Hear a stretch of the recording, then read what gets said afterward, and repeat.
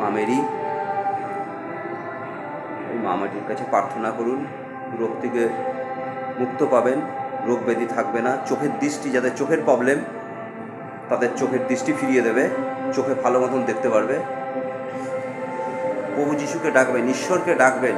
ঈশ্বরকে, প্রত্যেকটা মানুষ, প্রত্যেক জনের জন্য প্রভু যিশু আছে, প্রত্যেকটা মানুষের জন্য যিশু খ্রিস্ট আছে, প্রত্যেকটা মানুষের জন্যই আছে প্রভু যিশু।